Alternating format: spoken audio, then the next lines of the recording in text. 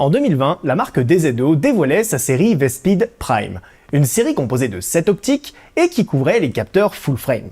2 ans plus tard, cette série se voit offrir une nouvelle déclinaison, la série V-Speed Prime Rétro. La série V-Speed Prime Rétro de DZO possède de nombreuses similitudes avec sa grande sœur, la série V-Speed Prime, qu'on peut désormais appeler la série d'origine. Tout d'abord, elle reprend les mêmes focales allant de 16 mm à 125 mm et en incluant toutes les classiques d'une série cinéma comme le 25 mm, le 35 mm, le 50 mm, le 75 mm et le 100 mm. Ce qui offre beaucoup de possibilités créatives. Un 90 mm macro sera également disponible prochainement. Mais la grosse différence avec ces deux séries, c'est le coating, c'est-à-dire le revêtement de l'optique censé réduire les lumières parasites. Car même si la série V-Speed Prime a connu un réel succès, son look d'image très moderne ne s'adaptait pas forcément à tous les types de production. C'est pourquoi DZO a décidé de renouveler sa gamme sans aucun revêtement anti-reflet. Et le moins qu'on puisse dire, c'est que l'effet est saisissant. Surtout sur le 16 mm qui vient à capter absolument n'importe quelle source de lumière et générer un halo lumineux autour, même celle du ciel. Il en résulte des images avec un cachet beaucoup plus vintage, avec une teinte ambrée très chaleureuse, tout en gardant l'excellent piqué qui faisait une des forces de la série V-Speed Prime. Les optiques de la série rétro ouvrent toutes à T2.1, exception faite du 16 mm qui ouvre quant à lui à T2.8.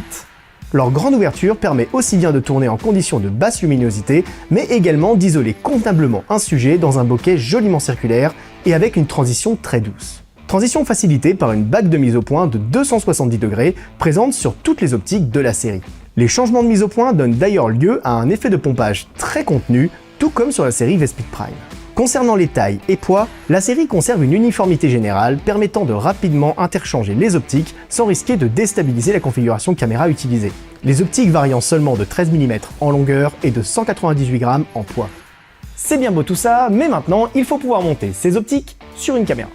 Et pour l'instant, le choix est assez simple, puisque la série rétro n'existe qu'en monture PL au moment où nous enregistrons cette vidéo, et une monture interchangeable en EF est fournie avec. Notez cependant que DZO travaille actuellement sur plusieurs déclinaisons de leur bague d'adaptation Octopus, qui devrait permettre dans un futur proche d'adapter la série rétro sur un plus grand nombre de caméras. Notez également que seule la monture PL est compatible avec la série de filtres coupe de chez DZO.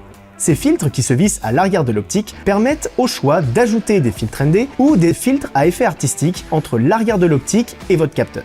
Chose particulièrement utile avec le 16 mm qui est bombé et ne peut donc pas accueillir de filtre à l'avant de l'objectif. La série vient dans une valise de transport rigide de très bonne facture et avec tous les emplacements prédécoupés pour pouvoir ranger facilement chaque optique. En bref, la série rétro apporte ce que la série V-Speed originale n'avait pas, un supplément d'âme. Un look vintage mais pas tape à l'œil qui pourra cependant décevoir certaines personnes qui espéraient y trouver un look très marqué comme sur une vieille optique des années 60-70. DZO a souhaité trouver un compromis entre héritage et modernité. Et le pari semble réussi avec cette série au flair très marqué mais au piqué et au micro-contraste résolument très proche des optiques modernes. Pour connaître les tarifs et la disponibilité de la série V-Speed Prime Rétro, ainsi que le reste de la gamme DZO, rendez-vous sur notre site internet. Vous retrouverez tous les liens dans la description de cette vidéo. Si cette vidéo de présentation vous a plu, n'hésitez pas à vous abonner à notre chaîne YouTube et à activer les notifications pour être tenu au courant de toutes nos prochaines vidéos. Si vous avez des questions concernant la gamme DZO, n'hésitez pas à nous les poser en commentaire. En attendant, je vous dis à très bientôt sur la chaîne YouTube TRM Audiovisuel.